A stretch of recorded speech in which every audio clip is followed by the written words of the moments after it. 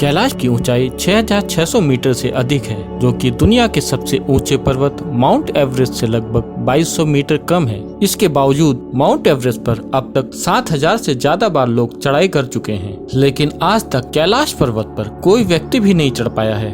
हिंदू धर्म में कैलाश पर्वत को सबसे पावन और भगवान शिव का निवास स्थान माना जाता है। कैलाश पर्वत और उसके आसपास के वातावरण पर अलौकिक शक्ति का प्रवाह रहता है। माना जाता है कि भगवान शिव अपने परिवार और समस्त गणों के साथ कैलाश पर्वत में निवास करते हैं। पौराणिक कथाओं में ऐसी घटनाओं के बारे में भी बताया गया है, जिसमें कई बार दैत्य और आसुरी शक्ति ने इसे हथियाने का प्रयास किया था, लेकिन कोई भी सफल नहीं हो पाया। एक तिब्बती कथा के अनुसार 11वीं सदी में एक बौद्ध भिक्षु मिलारेपा ने माउंट कैलाश पर चढ़ाई की थी और वह इस पवित्र और रहस्यमयी पर्वत पर जाकर जिंदा वापस लौटने वाले दुनिया के पहले इंसान थे।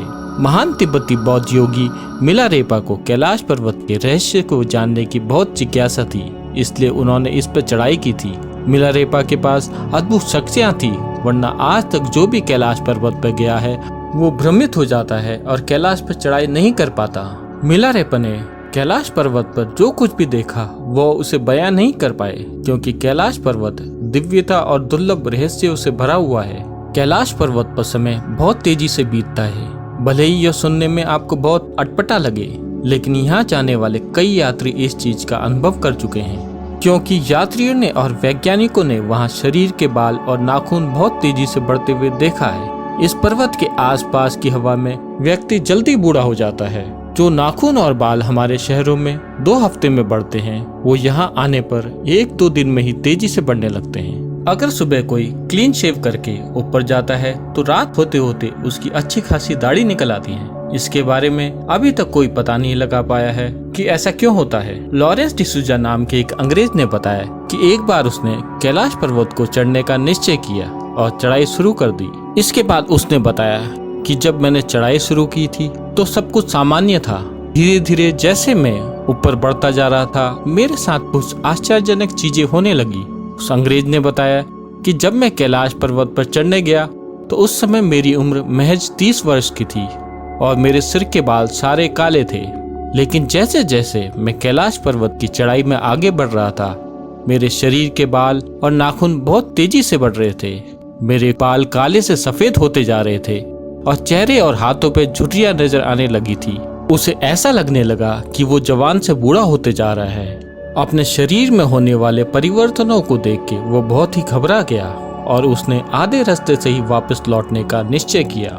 यह तो सभी लोग जानते हैं कि कैलाश पर्वत धरती का केंद्र है। इसके एक ओर उत्तरी तो दूसरी ओर दक्षिणी ध्रुव है।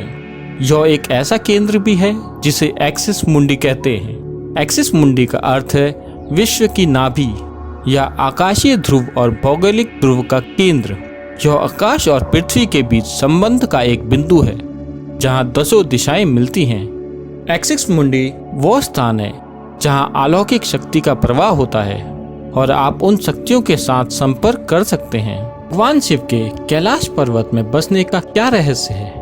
कैलाश पर्वत के धरती के केंद्र में होने के कारण ही भगवान शिव ने इसे अपना निवास स्थान बनाया है, ताकि इस स्थान से महादेव समस्त संसार का संचालन कर सके और जरूरत पड़ने पर संसार का संहार भी कर सके। कैलाश की चोटियों के बीच 2 रहस्यमयी सरोवर हैं, मानसरोवर और राक्षस ताल।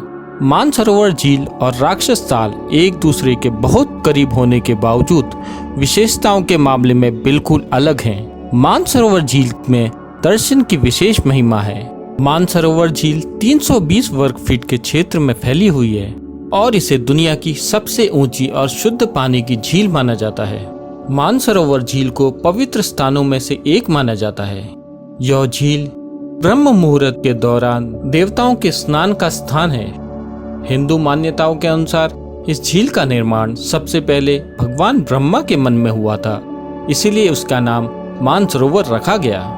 मानसरोवर झील में सकारात्मक ऊर्जा का प्रभाव रहता है। मानसरोवर झील में अनेक पक्षी, मछली और जलीय जीव मौजूद हैं। बात करते हैं राक्षस झील की।